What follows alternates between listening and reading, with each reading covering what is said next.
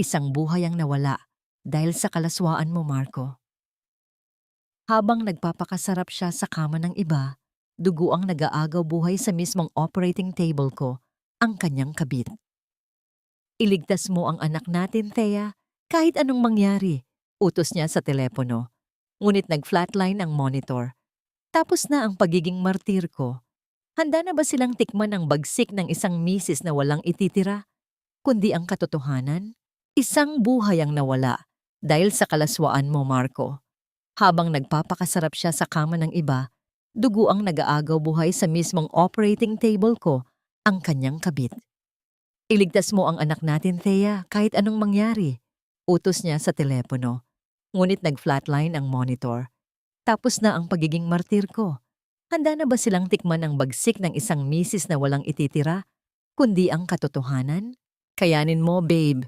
Iligtas mo ang anak nating lalaki. Wala pa ring alam ang tanga kong asawa.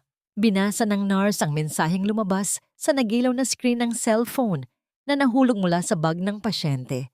Sa mga oras na yon, nakabaon ang magkabilang kamay ni Dr. Althea Mendoza sa dugo ang sinapupunan ng babaeng walang malay sa ibabaw ng operating table. Pinipigil niya ang walang humpay na pagdurugo. Ginagawa ang lahat ng kanyang makakaya upang dugtungan ang buhay ng pasyente. Isang pasyenteng nagdadalang tao na ang pangalan sa record ay Stella Villaroman. Tila umurong ang lahat ng dugo sa katawan ni Althea pabalik sa kanyang puso na tila pinipiga ng isang malamig at bakal na kamay.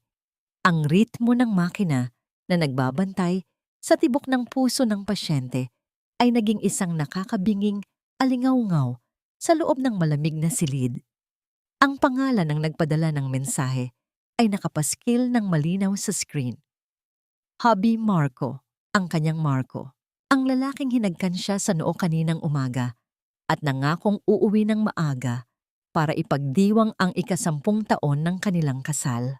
Nanginginig ang mga daliri ni Althea, ngunit alam ng kanyang utak na hindi niya maaaring bitawan ang surgical clamp. Ang mainit na dugo ni Stella na nakakapit sa kanyang surgical gloves ay pakiramdam niya'y asido na unti-unting sumusunog sa kanyang balat. Tumatagos hanggang sa kanyang kaluluwa. Gusto niyang sumigaw. Gusto niyang kalbuhin ang babaeng nakahiga sa kanyang harapan, ngunit nanatiling tikom ang kanyang mga labi.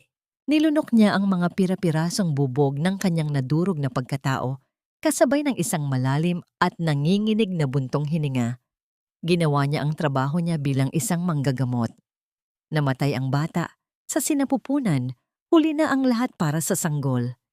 Ngunit nailigtas niya ang buhay ng babaeng sumira sa kanyang tahanan. Nang matapos ang operasyon, mabibigat ang mga hakbang na lumabas si Althea patungo sa lababo ng scrub room. Ang patuloy na paghampas ng malakas na ulan sa bintana ng ospital ay sumasabay sa tahimik na pagpatak ng luha sa kanyang mga pisngi. Hinubad niya ang dugo ang guwantes at binuksan ang gripo. Habang hinuhugasan niya ang kanyang mga kamay, pilit niyang tinatanggal ang kanyang singsing sa kasal upang linisin ang natuyong dugo na sumingit sa mga ukit nito. Ngunit hindi matanggal ang singsing, naipit ang gintong alahas sa kanyang daliring namaga na sa paglipas ng 10 taong walang patid na pagtatrabaho, pagpupuyat sa ospital at pag-aalaga sa pamilyang inakala niyang buo. Ang singsing na minsan ay naging simbolo ng walang hanggang pag-ibig ay naging isang masikip na posas na sumasakal sa kanya. Bumukas ng marahas ang pinto ng recovery room. Pumasok ang isang lalaking basang-basa ang mamahaling suit. Bakas ang labis na takot at pag-aalala sa namumutlang mukha. Si Marco. Dumating siya ng walang dalang payong, halatang nagmamadali. Hindi man lang nito napansin ang asawang nakatayo sa isang madilim na sulok, suot pa rin ang scrub suit na may bahid ng dugo at nakatingin ng diretso sa kanya. Dire-diretso si Marco na lumapit sa kama ni Stella, hinawakan ng mahigpit ang kamay ng kabit at humagulgol ng tahimik sa pagkawala ng kanilang anak.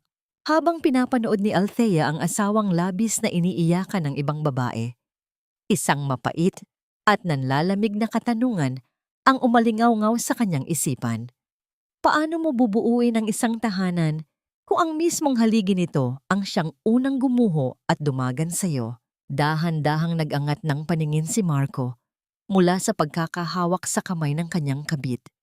Nang magtama ang kanilang mga mata sa dilim ng silid, nakita ni Althea ang saglit na pagkabigla sa mukha ng asawa nang makilala siya nito, na agad namang napalitan ng isang malamig at mapagmalaking depensa. Sa halip na humingi ng tawad o makaramdam ng kahihiyan, lumapit si Marco kay Althea. Lumuhod siya, hindi para magmakaawa sa asawa, kundi para ipamukha ang kanyang makasariling katwiran. Lalaki ako, Thea. Kailangan ko ng anak na hindi mo kayang ibigay. Ang mga salitang yon ay parang kalawangin na patalim na bumaon at inikot sa loob ng dibdib ni Althea.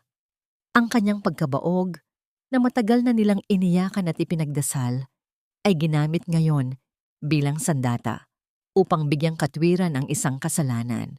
Bago pa man makasagot si Althea, mabilis na bumukas ang pinto at pumasok ang nag-aalab na bulto ni Doña Carmen. Ang matalim na tunog ng paglapat ng palad ng matanda sa pisngi ni Althea ay umalingaw-ngaw sa buong silid, kasunod ang matinding hapdi na nagpamanhid sa kanyang mukha. Pinatay mo ang apo ko dahil sa selos. Wala kang kwentang doktor. Wala kang kwentang babae. Panduduro ng ginang habang tinutulak si Althea palayo sa kama. Wala man lang sa kanila ang nagtanong kung siya ba ay pagod na pagod sa pag-agaw sa buhay ng babaeng iyon mula kay kamatayan. Namumula ang pisngi at nanginginig ang buong katawan. Buong tapang na binigkas ni Althea ang salitang hiwalayan. Sinabi niyang lalaya siya at magsasampa ng kaso, kinabukasan din. Ngunit isang mapangutyang ngiti ang sumilay sa mga labi ni Marco. Tumayo ito at tinitigan siya ng may pagbabanta. Ipinaalala ng asawa kung paano sinagot ng pamilya Perez ang kanyang pag-aaral sa medisina noong mabangkarote ang kanyang ama. Ang utang na loob na habang buhay na isinusumbat sa kanya na tila isang tanikala. At ang pinakamasakit sa lahat, walang awang ibinunyag ni Marco na ginamit nito ang pangalan ni Althea upang isangla ang lupang kinatitirikan ng bahay ng kanyang matandang ina. Kung itutuloy ni Althea ang pag-alis at sisirain ang pangalan ng kumpanya ni Marco sa pamamagitan ng isang iskandalo, sa kalsada, pupulutin ang kanyang ina. Nilunok ni Althea ang mapait na laway. Ang kanyang pagiging matapang ay biglang gumuho sa bigat ng responsibilidad at pagmamahal sa kanyang ina. Habang tahimik na lumuluha si Althea, narinig niya ang mabilisang pag-uusap ni Marco sa kanyang telepono sa labas ng pasilyo. Kausap nito ang isang tao tungkol sa isang malaking shipment ng mga gamit medikal na kailangang mailusot sa customs bago maghating gabi. Nagbabantang baka maantala ang kanilang malaking kontrata kapag may sumingaw na problema. Isang tanong ang nabuo sa isip ni Althea. Ano ang pilit niyang itinatago sa mga kahong iyon na ayaw niyang paimbestigahan? Sa halip na magwala, tahimik na yumuko si Althea. Pinulot niya ang nilukot na resibo ng ospital para sa mga gamot ni Stella na ibinato sa kanya ng kanyang biyenan kanina. Dahan-dahan niya itong inunat at kininis gamit ang kanyang nanginginig na mga daliri. Isang malungkot at nakasanayang kilos ng isang asawang buong buhay ay sanay magligpit ng kalat at dumi ng kanyang pamilya. Ngunit hindi pa tapos ang kalbaryo. Pinunasan ni Doña Carmen ang kanyang pekeng luha at nagbitiw ng isang utos na dudurog sa natitirang katinuan ni Althea. Dahil nawalan ng anak si Stella, dahil sa kapabayaan mo, sa bahay niyo siya titira para maalagaan mo hanggang sa siya ay gumaling. Utang mo iyon sa kanya bilang kapalit ng buhay ng apo ko. Tila tumigil ang pag-ikot ng mundo ni Althea. Napatingin siya sa kawalan, hindi makapaniwala sa lason na lumalabas sa bibig ng mga taong itinuring niyang pamilya.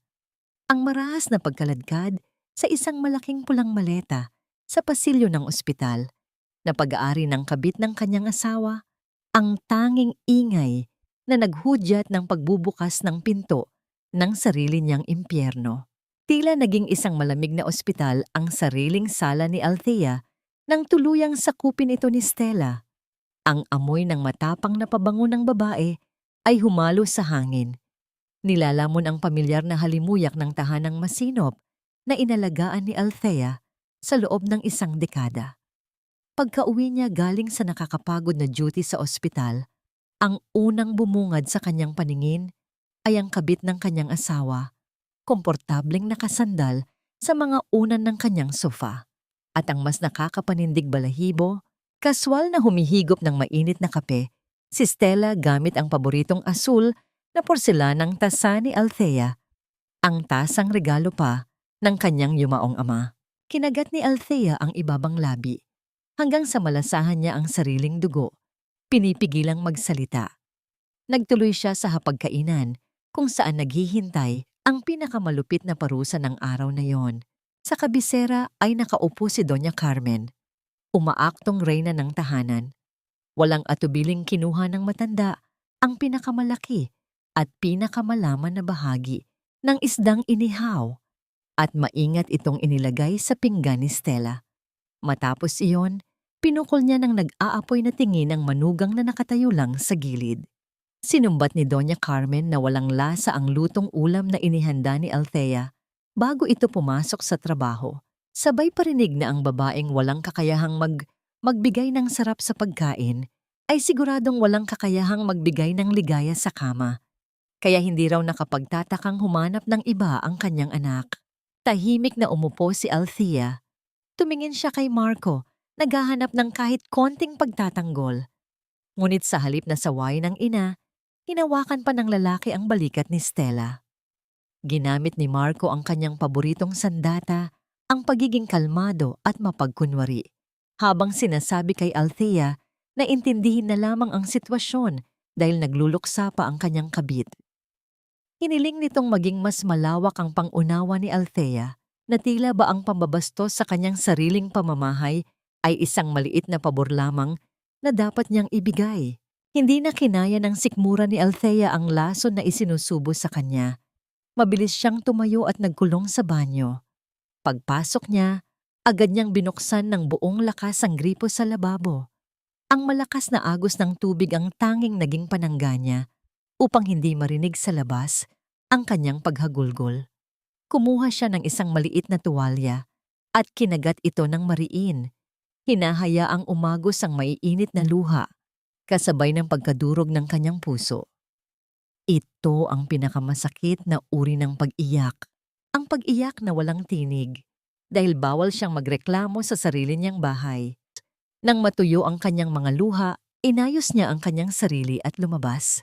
Nakita niya ang paboritong asul na tasa na iniwan ni Stella sa lababo sa kusina.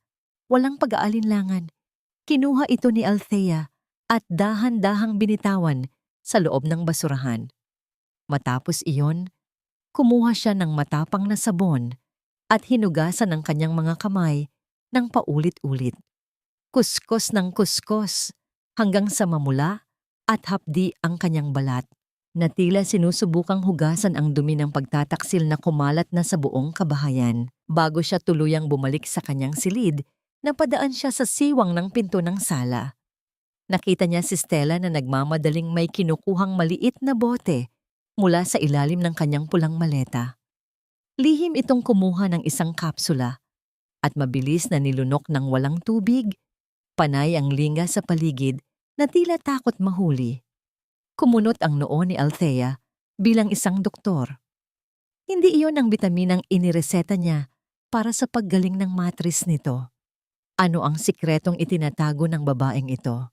Pagsapit ng hating gabi, naalimpungatan si Althea dahil sa matinding pagkauhaw. Tuyong-tuyo ang kanyang lalamunan dahil sa labis na pag-iyak kanina. Dahan-dahan siyang bumangon at naglakad palabas ng kanyang silid. Ngunit bago pa man siya makarating sa kusina, natigilan siya. Mula sa sala, kung nasaan ang higaan ni Stella, narinig niya ang mga tunog na nagpatigil sa pag-ikot ng kanyang mundo. Ang mabibigat na paghinga, ang pigil na hagikik ng isang babae, at ang pamilyar at malalim na boses ni Marco na bumubulong ng mga matatamis na salita sa gitna ng kadiliman. Hindi sila nagluluksa. Ipinagdiriwang nila ang kanilang kalaswaan sa mismong loob ng tahanan ni Althea. Umatras siya ng dahan-dahan habang ang malamig na anino ng madilim na kusina ay tila unti-unting lumalamon sa kanyang buong pagkatao. Pagpasok ni Althea sa ospital, baka sa kanyang namumugtong mga mata at nangingitim na ilalim nito ang kawalan ng tulog at labis na pagdurusa. Nagmukha siyang isang anino na naglalakad sa mapuputing pasilyo ng paggamutan, pilit kinakaladkad ang sariling katawan kahit patay na ang kanyang kaluluwa. Nang makarating siya sa pahingahan ng mga doktor, pabagsak siyang naupo. Inihilig ang sumasakit na ulo sa malamig na pader upang pigilan ang pag-ikot ng kanyang paningin. Wala siyang lakas upang harapin ang araw. Ngunit sa kalagitnaan ng kanyang pagkatulala, isang mainit na paper cup ang dahan-dahang inilapag sa mesa sa kanyang harapan. Pag-angat niya ng tingin, bumungad ang maaliwalas na mukha ni Dr. Gabriel, ang kanyang kasamahan sa trabaho. Hindi ito nagtanong kung bakit siya umiyak o kung ano ang problema. Wala itong mapanghusgang tingin na madalas ibato ng lipunan sa mga babaeng may asawang nanloloko. Sa halip, isang banayad na ngiti lamang ang ibinigay nito. Sinabi ni Gabriel sa isang mahinahon at nag-aalagang tinig na naroon lamang siya kung kailangan ni Althea ng taong mapaghihingahan.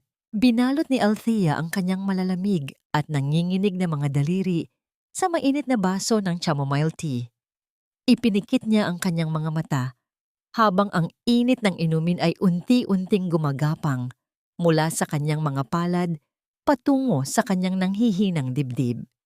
Sa unang pagkakataon, mula nang magsimula ang kanyang bangungot, naramdaman niyang pinapahalagahan siya bilang isang tao, hindi bilang isang asawang tagalinis ng kalat o isang doktor na ginagamit para sa pansariling interes. Nang medyo gumaan ang kanyang pakiramdam, nagtungo si Althea sa himpilan ng mga nurse upang mag-ikot at suriin ang mga talaan ng kanyang mga pasyente. Ngunit habang nililipat niya ang mga pahina ng isang folder, isang nakaipit na dokumento ng supply ng ospital ang aksidenteng nalaglag sa sahig. Nang pulutin niya ito, nakita niya ang pangalan ng kumpanya ng kanyang asawang si Mark. Ito ay isang listahan ng mga bagong dating na gamot na pampakapit sa pagbubuntis. Bilang isang bihasang doktor na matagal nang nag-aaral ng mga sangkap medikal, mabilis na napansin ng kanyang mga mata ang isang kakaibang detalye. Ang mga serye ng numero at ang petsa ng pagkasira ng mga gamot ay tila binago at pinalawig kaysa sa karaniwang pamantayan ng mga paggawaan. Kumunot ang kanyang noo at biglang nagtagpo ang lahat ng piraso ng palaisipan sa kanyang isip. Ang madaling araw na tawag kay Marco tungkol sa mga padala sa customs, ang pagpupumilit nitong manatili sila sa iisang bubong at magpanggap na masayang mag-asawa, ang pang-iipit nito sa lupa ng kanyang ina.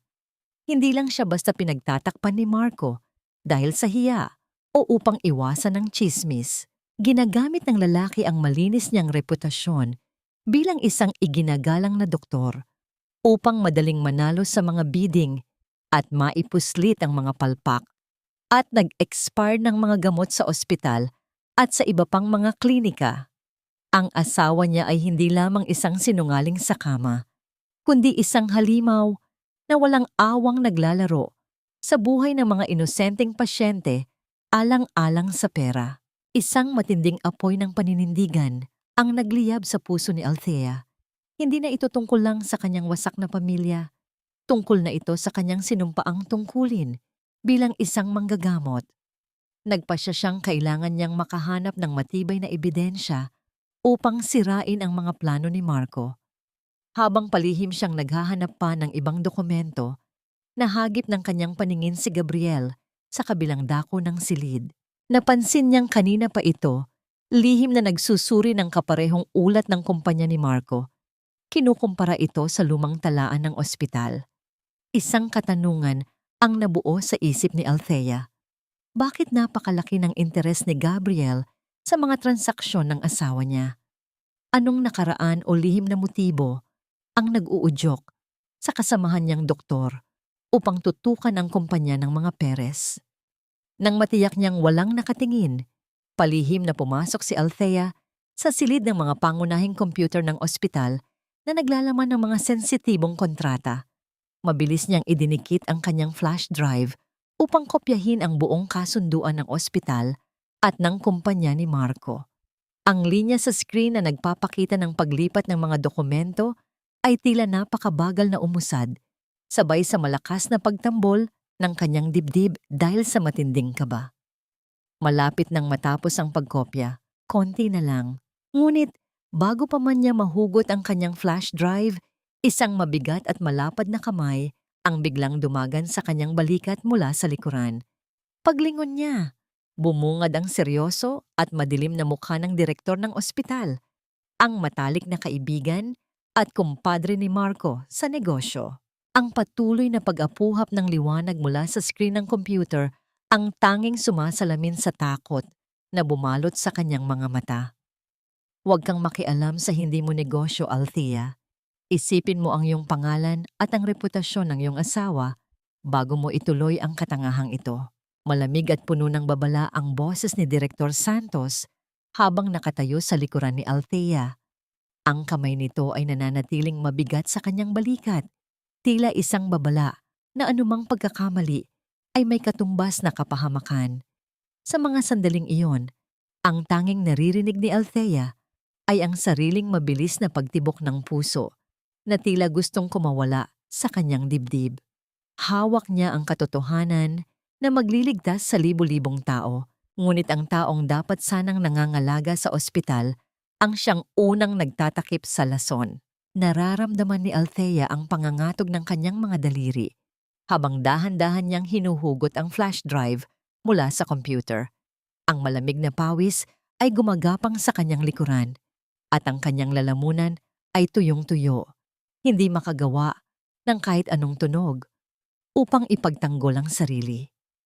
Tila naging napakaliit ng silid at ang bawat hininga ni Direktor Santos ay nagpapaalala sa kanya na siya ay isang bilanggo sa loob ng sarili niyang propesyon.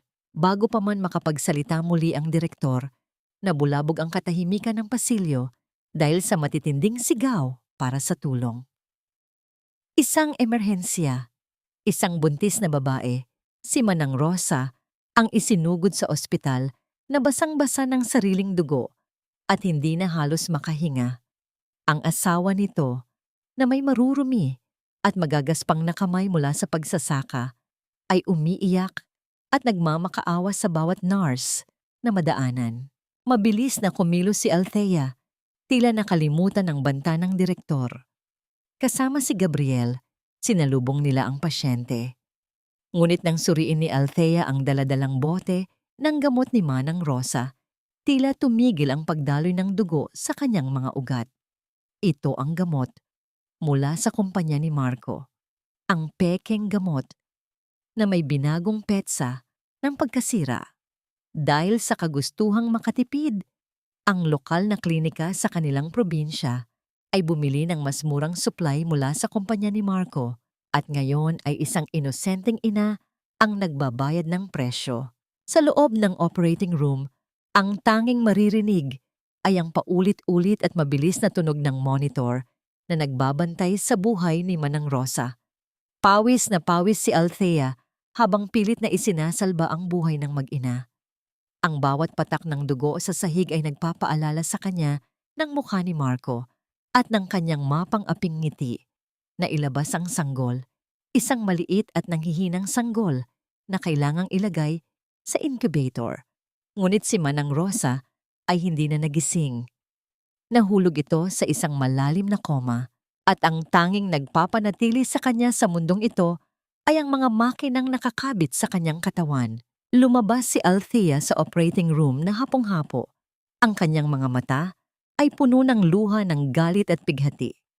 Nakita niya ang asawa ni Manang Rosa na nakaupo sa sahig, nakasubsob ang mukha sa kanyang mga tuhod, habang humahagulhol ng walang tunog. Lumapit si Althea at dahan-dahang hinawakan ang magaspang at puno ng kalyo na kamay ng lalaki. Isang tahimik na pangako ang nabuo sa kanyang puso. Hindi siya mananahimik Kahit anong mangyari, pagbabayarin niya si Marco. Ngunit ang tadhana ay may mas malupit na laro. Habang nagpapalit ng damit si Althea, tumunog ang kanyang cellphone. Isang tawag mula sa kanyang asawa. Ang boses ni Marco sa kabilang linya ay walang bahid ng pagsisisi. Sa halip ay puno ito ng pagbabanta at kapangyarihan.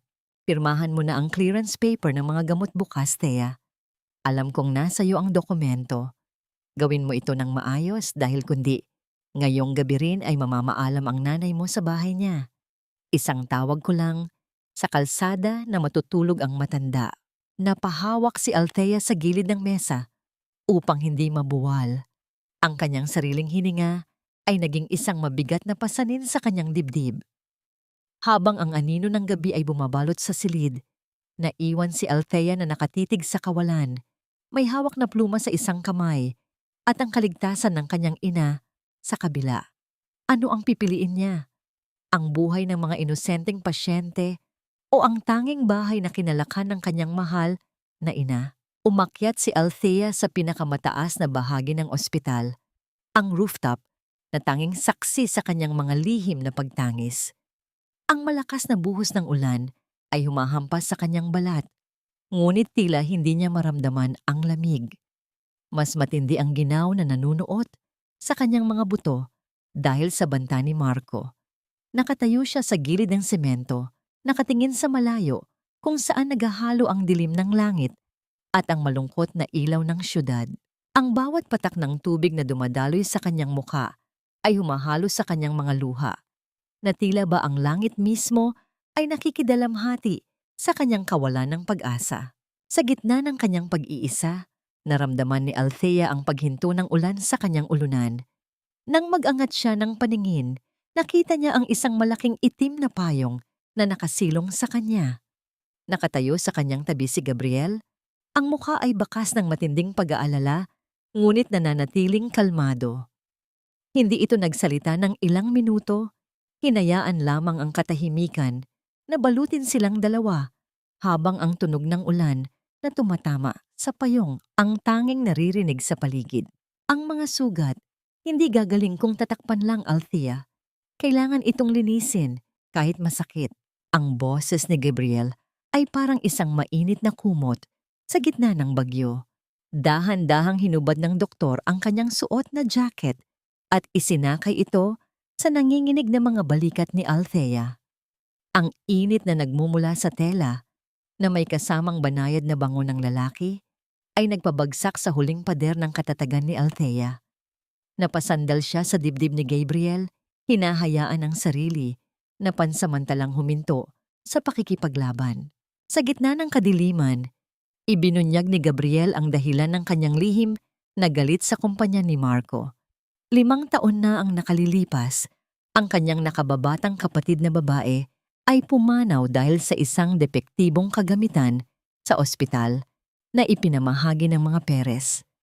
Tulad ni Althea, sinubukan niyang lumaban noon, ngunit dinurog siya ng kapangyarihan at pera ni Marco. Sa loob ng maraming taon, naghintay siya ng pagkakataon at ang pagkakataong yon ay dumating na sa pamamagitan ni Althea. Hindi ka mag-isa, Thea. Ako ang magiging kalasag mo. Hahanap tayo ng paraan para mailigtas ang bahay ng nanay mo nang hindi mo kailangang isakripisyo ang iyong dangal. Nagtagpo ang kanilang mga paningin sa gitna ng ulan. Isang tahimik na kasunduan ang nabuo sa pagitan ng dalawang kaluluwang pinagbuklod ng sugat at ng katarungan. Sa unang pagkakataon, nakaramdam si Althea ng isang munting kislap ng pag-asa na hindi niya kailangang pasanin ang buong mundo ng mag-isa. Nang bumalik si Althea sa kanyang tahanan ng gabing iyon, dala pa rin niya ang jacket ni Gabriel na tila isang anting-anting ng lakas. Ngunit ang munting kapayapaang naramdaman niya ay agad na naglaho nang buksan niya ang pinto ng kanyang silid. Doon, sa harap ng malaking salamin, nakatayo si Stella. Nakasuot ang babae ng isang mahaba at maputing damit, ang mismong wedding dress na isinuot ni Althea noong araw na ipinangako niya ang kanyang buhay kay Marco.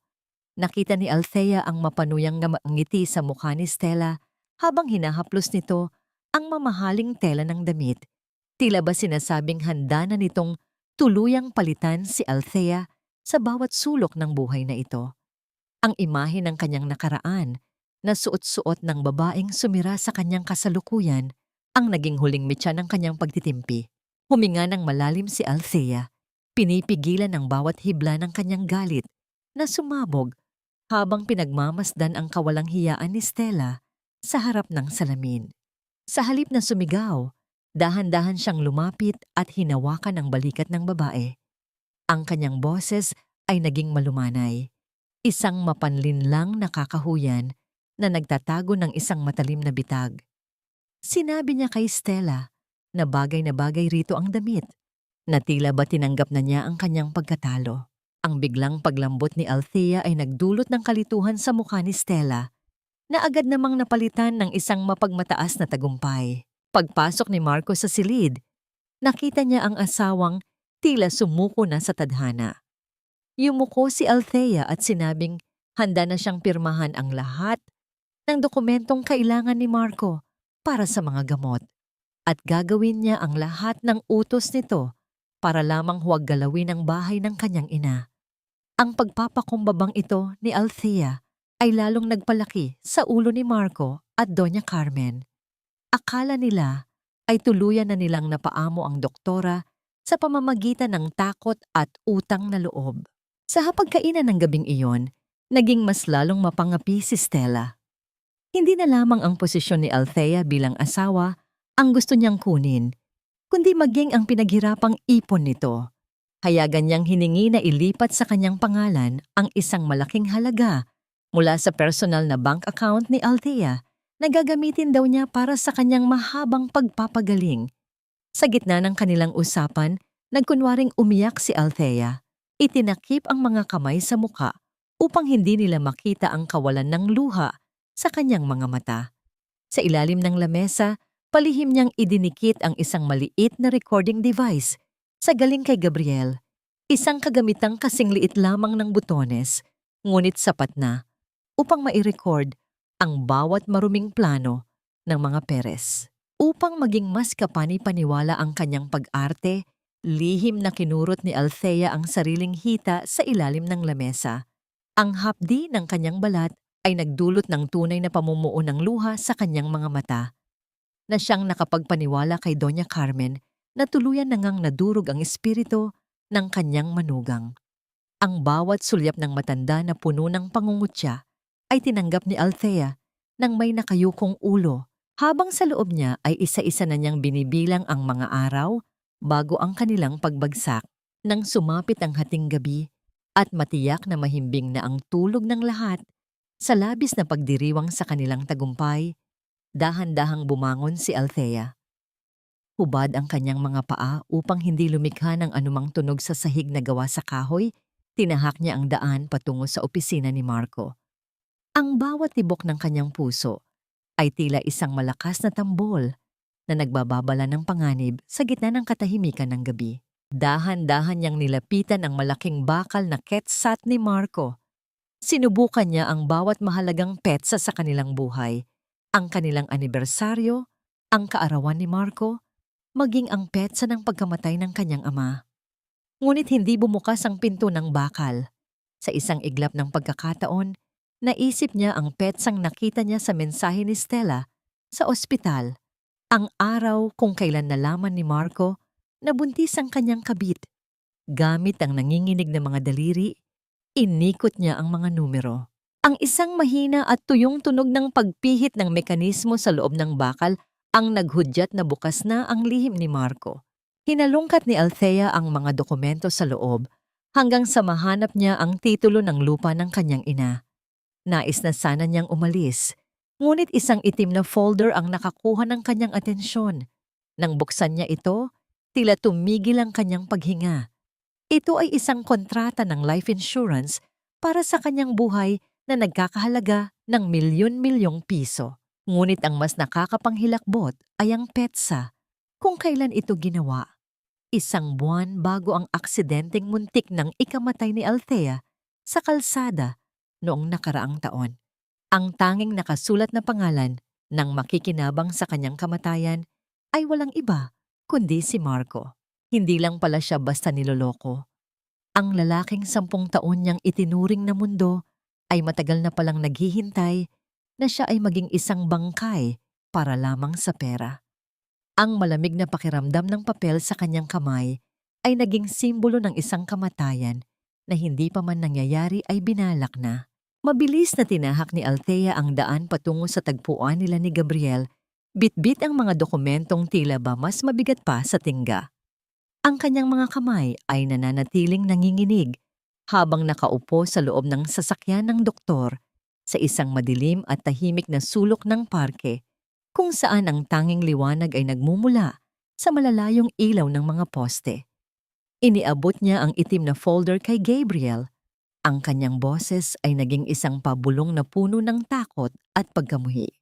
Nang mabasa ni Gabriel ang mga detalye ng life insurance, ang kanyang mukha ay naging parang isang pader na bato. Matigas, malamig, at puno ng nag-aapoy na puot. Hindi siya nagulat.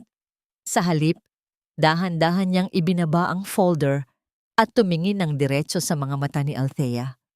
Sa gitna ng katahimikan, ibinahagi ni Gabriel ang mas malalim pang dahilan kung bakit hindi lamang ito tungkol sa katarungan para sa kanyang kapatid, kundi tungkol sa pagpigil sa isang serial na mamamatay tao na gumagamit ng korporasyon bilang panangga. 5 taon na ang nakalilipas, ang kapatid ko ay pumanaw dahil sa isang depektibong dialysis machine na dinala ng kumpanya ni Marco sa aming probinsya. Alam ni Marco na may problema ang mga makina, pero mas pinili niyang ituloy ang distribusyon dahil sa laki ng kikitain. Binayaran niya ang mga investigador, tinakot ang aming pamilya, at ibinaon ang katotohanan kasama ng aking kapatid. Ang boses ni Gabriel ay bumasag sa katahimikan ng gabi. Ibinunyag niya na matagal na niyang sinusubaybayan ang bawat hakbang ni Marco. Naghihintay ng tamang sandali upang pabagsakin ang imperyong itinayo sa ibabaw ng mga bangkay ng mga inosente. Ang pagkakatuklas ni Althea sa life insurance ay ang huling piraso ng ebidensya na magpapatunay na si Marco ay isang sociopath, isang taong walang pakiramdam na handang isakripisyo kahit ang sariling asawa para lamang sa pera at kapangyarihan. Sa loob ng sasakyan, naramdaman ni Althea ang isang uri ng koneksyon kay Gabriel na hindi niya kailanman naramdaman kay Marco. Ito ay hindi lamang basta atraksyon, kundi isang pagkakabigkis ng 2 taong kapwa, dinurog ng iisang halimaw.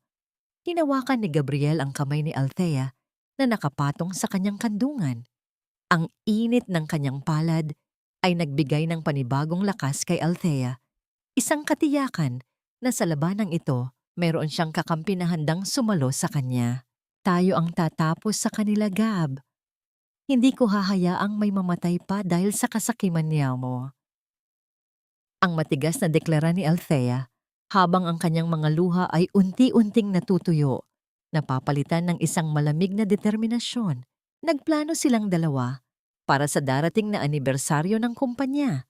Ang gabi kung kailan pinakamataas ang lipad ni Marco at ang gabi kung kailan nila ito babarilin pababa. Ngunit ang munting sandali ng kanilang pagkakaisa ay nagwakas ng tumunog ang cellphone ni Althea. Isang alerto mula sa kamera na palihim niyang inilagay sa loob ng kanilang kwarto sa bahay. Mabilis na binuksan ni Althea ang screen ng kanyang telepono. Doon, nakita niya ang isang tanawing nagpahinto sa pagtibok ng kanyang puso. Sa gitna ng dilim ng kanilang silid, nakita niya si Doña Carmen na may hawak na flashlight. Hinahalungkat ang kanyang mga personal na gamit sa loob ng cabinet.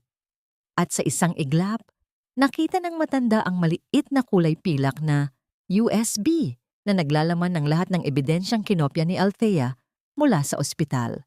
Ang matagumpay na ngiti sa mukha ng kanyang biyenan habang tinititigan ang USB ay sapat na upang malaman ni Althea na ang kanyang kaligtasan sa loob ng bahay na yon ay tuluyan na ngang naglaho. Nakahinga ng malalim si Althea.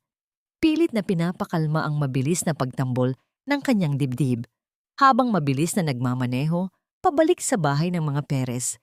Sa kanyang isipan, binubuo na niya ang isang plano. isang bitag na gagamit sa pinakamalaking kahinaan ng kanyang mga kaaway, ang kanilang walang katapusang kasakiman.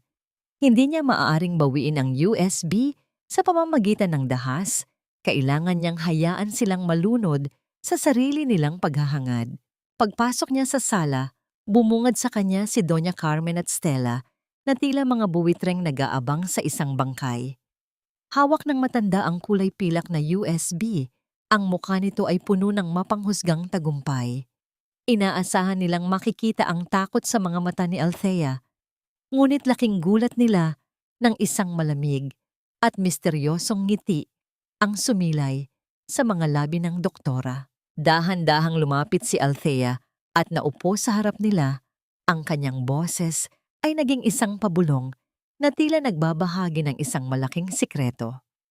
Sinabi niya sa kanyang biyenan na ang USB na yon ay hindi naglalaman ng mga dokumento ng ospital, kundi ang listahan ng lahat ng mga nakatagong bank account at ari-arian ni Marco sa ibang bansa.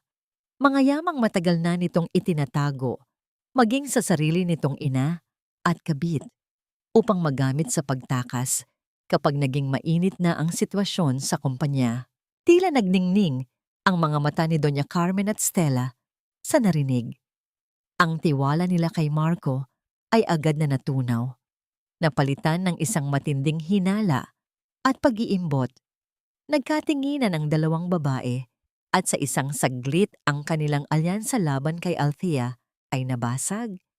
Nagsimula silang magduda sa isa't isa kung sino ang unang makakakuha ng impormasyong yon upang masiguro ang sarili nilang kinabukasan. Nang maiwan si Althea at Stella sa kusina, lalong naging tuso ang doktora. Hinawakan niya ang kamay ni Stella at sa isang malambot na tinig ay nagtanim siya ng lason sa isipan nito. Tinanong niya ang babae kung sa tingin ba nito ay pakakasalan pa rin siya ni Marco kapag wala na itong pera, o baka naman itapon lang din siya nito kapag wala na siyang silbi, tulad ng ginagawa nito sa kanya ngayon. Kinumbinsi ni Althea si Stella na kailangan nitong magnakaw mula sa pondo ng kumpanya ni Marco habang abala pa ito sa darating na anibersaryo, upang meron itong maipon para sa sarili bago pa sila iwanan ng lalaki.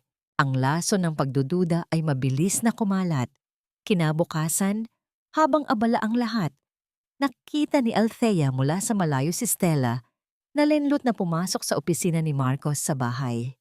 Nakita niya ang panginginig ng mga kamay ng babae habang kinukuha nito ang makapal na bulto ng pera mula sa lasi na nakatago sa ilalim ng lamesa. Ang pera na nakalaan sana para sa pambayad sa mga tauhan sa customs. Tumayo si Althea sa may hagdanan, lihim na pinapanood ang kaguluhan sa ibaba. Isang mapait na ngiti ang gumuhit sa kanyang mga labi habang nakikita ang kanyang biyenan at ang kabit ng kanyang asawa na nagbubulungan at nag-aagawan sa atensyon ng bawat isa. Tila mga asong nag-aagawan sa isang buto. Napaka-ironic na ang pamilyang ito na itinayo sa ibabaw ng kasinungalingan ay tuluyan ng guguho dahil sa sarili nilang katangahan at pagkagutom sa pera. Ngunit ang katahimikan ay agad na bumasag nang dumating si Marco mula sa opisina. Ang muka ay pulang-pula sa galit at ang kanyang mga mata ay nanlilisik. Hinahanap niya ang nawawalang pondo na nakalaan para sa kanyang ilegal na transaksyon. Nang makita niya ang balisa at nanginginig na si Stella, agad itong sinunggaban ni Marco. Sa gitna ng sala, sa harap ng naguguluhan at takot na si Doña Carmen, marahas na hinawakan ni Marco ang panga ni Stella. Isang matunog na paglapat ng palad ni Marco sa pisngi ni Stella ang bumasag sa katahimikan ng bahay, sapat na lakas upang mapaupo ang babae sa sahig. Ang hiyaw ng gulat ni Doña Carmen ay naging background music lamang sa karahasan ng kanyang anak. Nakatayo lang si Althea sa itaas. Ang kanyang mga kamay ay nakakapit ng mahigpit sa gabay ng hagdanan. Ang bawat lamat sa pamilyang Perez ay unti-unti nang nagiging isang malaking bangin at sa gitna ng sigawan at murahan sa ibaba. Alam ni Althea na ang kanyang plano ay nagsisimula pa lamang magbunga. Magbihis ka, Althea. Kailangan nating magmukhang perpekto Sa harap ng mga investors bukas, ayusin mo ang sarili mo. Malamig at tila walang nangyari ang boses ni Marco habang nag-aayos ito ng kanyang kurbata sa harap ng salamin. Ilang minuto lamang matapos niyang saktan si Stella. Ang sala na kanina lamang ay puno ng sigawan at karahasan ay binalot ng isang nakabibinging katahimikan. Si Stella ay mabilis na itinago ni Doña Carmen sa loob ng kwarto upang gamutin ang pasa sa mukha, habang si Marco ay bumalik sa kanyang pagiging isang kalkuladong negosyante. Para sa kanya, ang darating na ika-10 anibersaryo ng kumpanya ang huling baraha upang maisalba ang kanyang bumabagsak na imperyo, at kailangan niya ang imahe ni Althea, ang iginagalang na doktora. Sa kanyang tabi, inilabas ni Marco ang isang mamahaling itim na gown na may mga kumukutitap na kristal, at marahas itong ibinato sa ibabaw ng kama ni Althea. Ang marangyang tela ay tila isang mabigat na baluti na pilit na isinusuot sa kanya upang itago ang mga sugat ng kanilang pagsasama. Sa mga mata ni Marco, si Althea ay hindi na asawa, kundi isang mahalagang palamuti na kailangan upang makuha ang tiwala ng mga dayuhang kasosyo. Sa ilalim ng madilim na ilaw ng kanyang lamp sa tabi ng kama, habang nagtutulog-tulugan ang lahat, mabilis na binuksan ni Althea ang kanyang laptop. Ang tanging naririnig ay ang mahinang pagpindot ng kanyang mga daliri sa keyboard habang nirerepaso ang huling mensahe mula kay Gabriel. Sa loob ng ilang sandali, ang lahat ng ebidensya ng mga pekeng gamot, ang mga lihim na bank account at ang mapanganib na kontrata ng insurance ay naipadala na sa mga piling mamamahayag at sa mga operatiba ng Kukdiutra Kwakjia, NBI. Ang pagpindot ni Althea sa send button ay naging hudyat ng pagpapakawala sa isang bagyong matagal na niyang inihanda sa loob ng kanyang dibdib. Naramdaman niya ang isang kakaibang ginhawa na tila ba ang bawat dokumentong lumilipad sa internet ay isang bahagi ng kanyang tanikala na unti-unting nalalagas. Dahan-dahang tumayo si Althea at kinuha ang isang maliit na maleta mula sa ilalim ng kanyang kama. Hindi siya kumuha ng maraming damit. Ang tanging isinilid niya ay ang titulo ng lupa ng kanyang ina na matagumpay niyang nabawi mula sa Quetzat, ang kanyang lisensya bilang doktor, at ang ilang mga larawan ng kanyang yumaong ama. Bawat gamit na inilalagay niya ay tila isang hakbang palayo sa impyernong ito. Tumigil ang kanyang paningin sa malaking kwadro ng kanilang larawan sa kasal na nakasabit sa dingding. Dahan-dahan niya itong nilapitan. Hinawakan niya ang salamin ng frame, dinarama ang lamig nito sa kanyang mga daliri. Hindi niya ito ibinato, hindi niya ito binasag. Sa halip, marahan niya itong tinanggal sa pagkakapako at inihiga ng nakataob sa loob ng basurahan.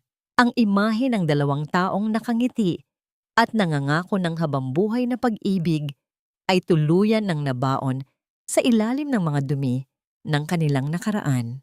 Nang sumapit ang umaga ng anibersaryo, ang bahay ay binalot ng isang kakaibang tensyon.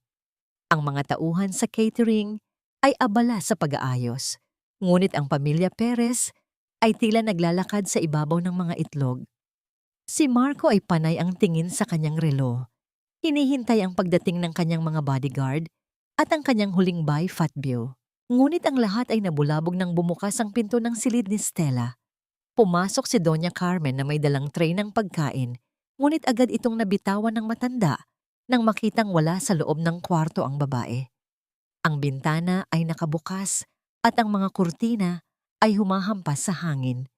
Ang malaking pulang maleta ni Stella ay wala na rin sa lugar nito. Sa ibabaw ng unan, may iniwan itong isang pirasong papel na naglalaman ng isang nakapangangambang mensahe. Ang panlilisik ng mga mata ni Marco habang binabasa ang sulat ay nagpahiwatig na may isang bagay na kinuha si Stella na maaaring sumira sa lahat ng kanyang plano bago pa man magsimula ang gabi. Ang anino ng takot sa mukha ni Marco ang naging huling tanawin ni Althea bago sila sumakay sa sasakyan patungo sa hotel. Ang grand ballroom ng isang 5-star hotel ay kumikinang sa ilalim ng mga naglalakihang chandelier. Ang bawat sulok ay puno ng mga maimpluwensyang tao, mga politiko, negosyante, at mga kilalang personalidad sa mundo ng medisina. Si Doña Carmen, suot ang kanyang pinakamahal na alahas, ay abala sa pagyayabang sa mga kapwa niya mayayamang ginang, ipinagmamalaki ang tagumpay ng kanyang anak at ang katatagan ng pagsasama nito at ni Althea. Ang lahat ay tila isang perpektong dula-dulaan ng kapangyarihan at kasinungalingan. Sa gitna ng entablado, buong kumpiyansang tumayo si Marco, hawak ang isang mikropono. Inumpisahan niya ang kanyang talumpati sa pamamagitan ng pagpapasalamat sa lahat ng dumalo. Pagkatapos, sa isang madamdaming tono, tinawag niya ang pangalan ni Althea, ang kanyang inspirasyon at pinakamamahal na asawa. Inanyayahan niya itong umakyat sa entablado upang magbigay ng maikling mensahe, isang estratehiyang matagal na niyang binalak upang lalong tumaas ang tiwala ng mga investor sa kanilang family-oriented na kumpanya. Habang naglalakad si Althea patungo sa entablado, ang bawat hakbang niya ay tila isang mabagal na pagtugtog ng isang bomba. Ang kanyang itim na gown ay kumikinang sa ilalim ng ilaw, ngunit ang kanyang mga mata ay nanatiling kalmado at malamig. Nang biglang bumukas ang pinto ng ballroom, isang figura ang agaw pansin sa lahat. Si Stella, suot ang isang nakakasilaw na pulang damit, ay pilit na pumapasok. Sumisigaw ng pangalan ni Marco at nagbabantang ibubunyag ang lahat. Ngunit bago pa man siya makalapit sa entablado, mabilis siyang hinila ng mga bodyguard ni Marco at itinago sa isang madilim na sulok. Hindi nagpaapekto si Althea sa kaguluhan. Nagpatuloy siya sa pag-akyat sa entablado. Bago niya abutin ang mikropono, saglit siyang dumaan sa tabi ni Gabriel na nagpapanggap bilang isa sa mga event organizer. Sa isang sandaling hindi nakikita ng iba, dahan-dahang hinawakan ni Gabriel ang mga daliri ni Althea, nagbibigay ng huling pahiwatig ng lakas. Oras na para lumipad ka, Thea, bulong niya. Sapat lamang para marinig ng babae. Humarap si Althea sa daan-daang pares ng mga matang nakatingin sa kanya. Isang matamis na ngiti ang sumilay sa kanyang mga labi. Ngunit sa halip na magsalita, itinaas niya ang kanyang kamay at dahan-dahang nagbigay ng senyas sa tech booth, kung saan naghihintay ang isang tauhan ni Gabriel.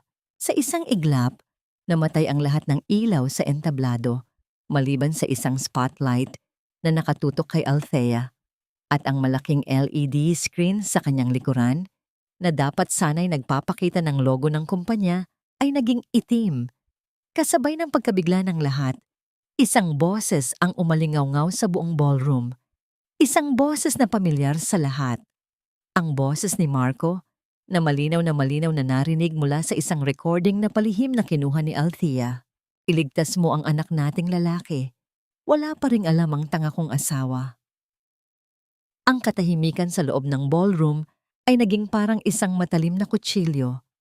Ang lahat ng mga mata ay napunta kay Marco, na ngayon ay namumutla at tila natutuyuan ng dugo sa mukha.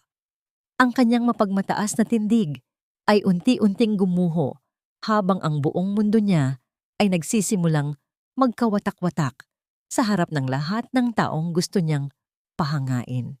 Ang nakabibinging katahimikan ay sinundan ng isang malakas na bulungan mula sa mga panauhin. Tila mga bubuyog na nagkakagulo, ang mga tao ay nagsimulang magtanong at magtsismisan. Ang kanilang mga mata ay nagpapalipat-lipat mula kay Althea, na nakatayo ng may dignidad sa entablado, patungo kay Marco, na ngayon ay tila isang kriminal na nahuli sa akto. Ngunit hindi pa tapos ang palabas. Pagkatapos ng recording, isa-isang lumabas sa malaking screen ang mga kopya ng mga pekeng dokumento ng gamot, ang mga bank statement ng mga lihim na account ni Marco, at ang pinakamalaking bomba sa lahat, ang life insurance policy ni Althea na nagkakahalaga ng milyon-milyon. Ang bawat slide ay tila isang pako na lalong bumabaon sa kabaong ng reputasyon ni Marco.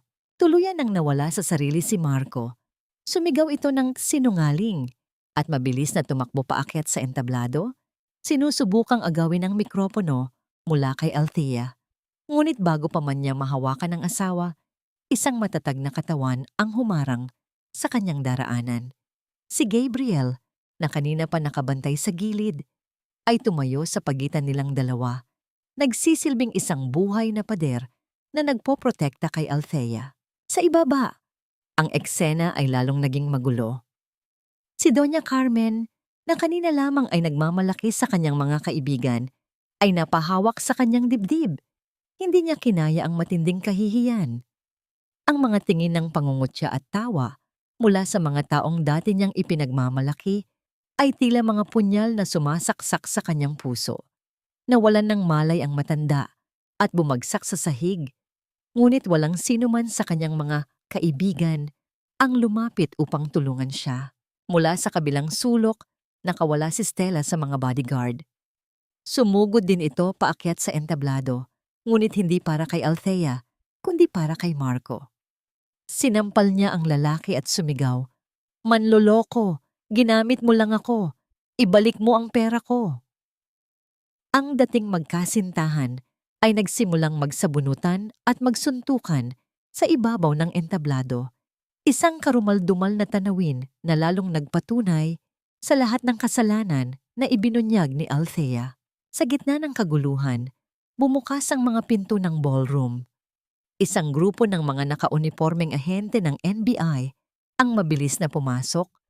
Ang kanilang mga muka ay seryoso at walang emosyon.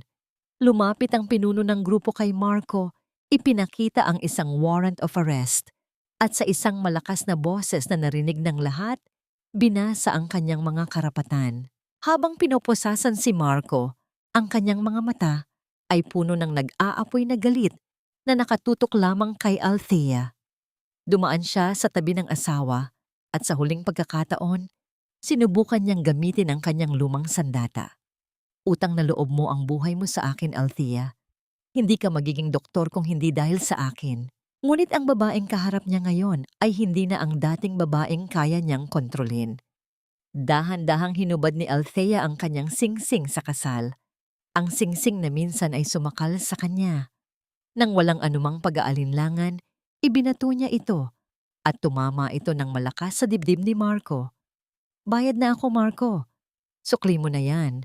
Nang matapos ang lahat, dahan-dahang bumaba si Althea mula sa entablado. Ang lakas na kanyang ipinakita kanina ay unti-unting naglaho, napalitan ng isang matinding pagod. Paglabas niya sa maingay na hotel, ang malamig na hangin ng gabi ang sumalubong sa kanya. Hindi na niya kinaya. Ang kanyang mga tuhod ay bumigay at napaluhod siya sa semento.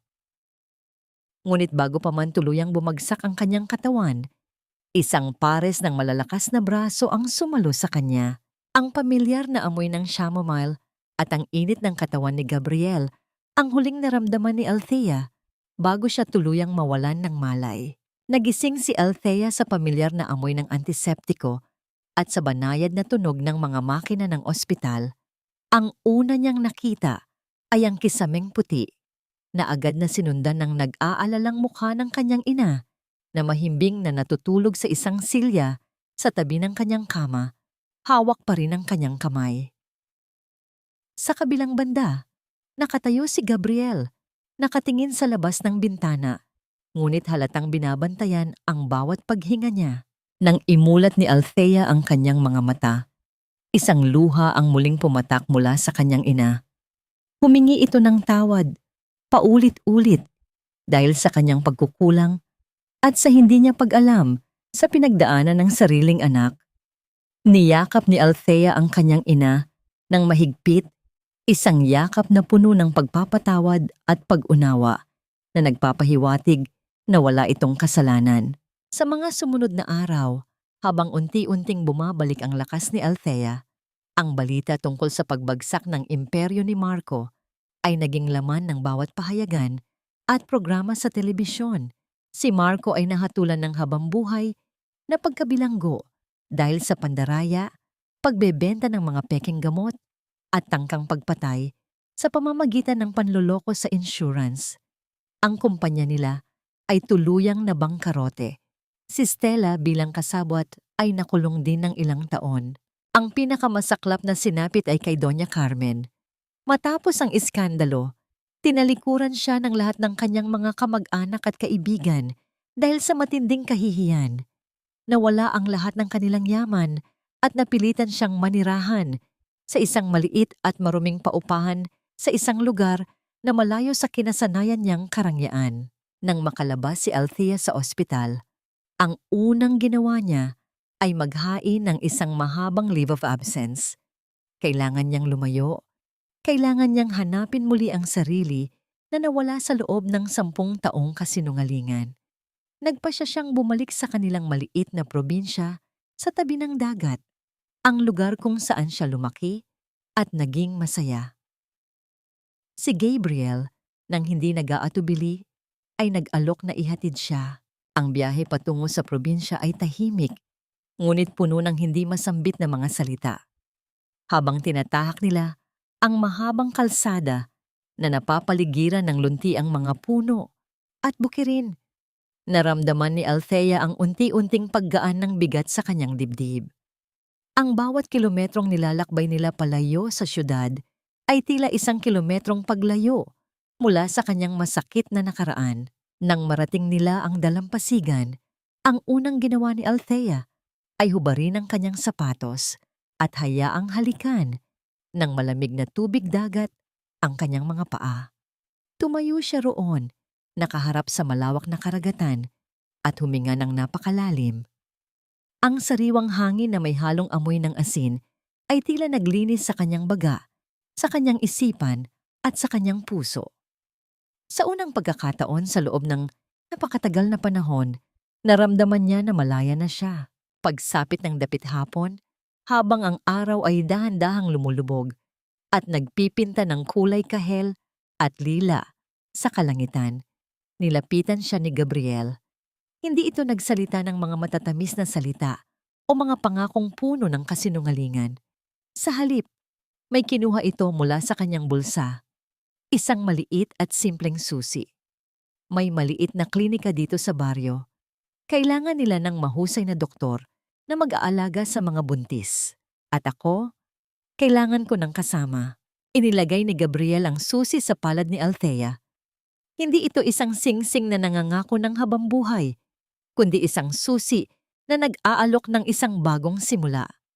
Isang simula kung saan siya ang magiging amo ng kanyang sariling buhay at kung saan may isang taong handang maghintay at maging kasama niya sa pagbuo ng isang bagong pangarap sa sarili niyang panahon at sa sarili niyang paraan. 2 taon na ang lumipas.